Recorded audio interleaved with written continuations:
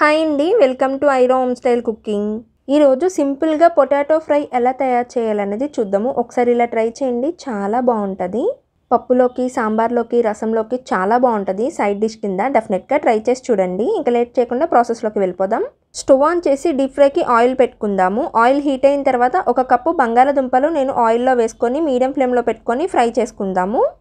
మంటని high to medium ఫ్లేమ్లో పెట్టుకుంటూ ఫ్రై చేసుకుందాము, మాడిపోకుండా.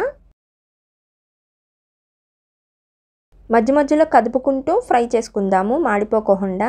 బంగాళదుంప వేపుడు రైస్లోకి, పప్పులోకి, సాంబార్లోకి, రసంలోకి చాలా బాగుంటుంది. సైడ్ డిష్ కింద డెఫినెట్గా ట్రై చేసి చూడండి.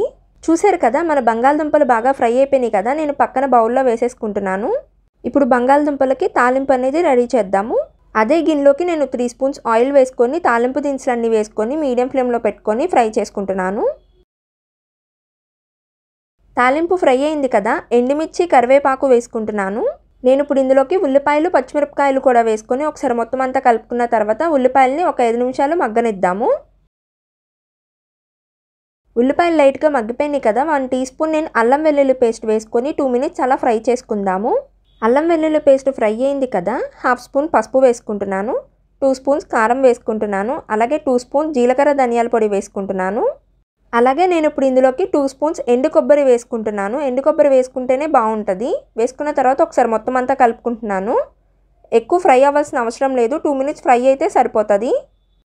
ఫ్రై అయింది కదా, ఇందాకలో ఫ్రై చేసుకున్న బంగాళదుంపలు అందులో వేసుకొని ఒకసారి మొత్తం అంతా కూడా బాగా కలుపుకుందాము. ఆల్రెడీ బంగాళదుంపలు ఫ్రై అయిపోయినాయి కాబట్టి ఎక్కువసేపు ఫ్రై చేయాల్సిన అవసరం లేదు. జస్ట్ 2 మినిట్స్ అలా ఫ్రై చేసుకుంటే సరిపోతుంది.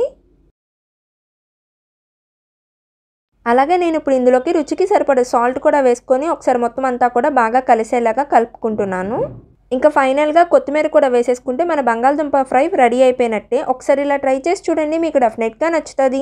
సింపుల్గా బంగాళదుంప వేపుడు ఎలా తయారు చేయాలనేది చూశారు కదా, ఒకసారి ఇలా ట్రై చేయండి, మీకు డెఫినెట్గా నచ్చుతుంది. మా వీడియోస్ కానీ మీకు నచ్చినట్టయితే లైక్ చేయండి, షేర్ చేయండి, సబ్స్క్రైబ్ చేయండి. మా వీడియోస్ ఎవరైనా కొత్తగా చూస్తున్నట్టయితే ఛానల్ని సబ్స్క్రైబ్ చేసి పక్కన ఉన్న బెల్ ఐకాన్ని క్లిక్ చేయండి. మా నోటిఫికేషన్స్ మీకు వస్తాయి. Thanks for watching.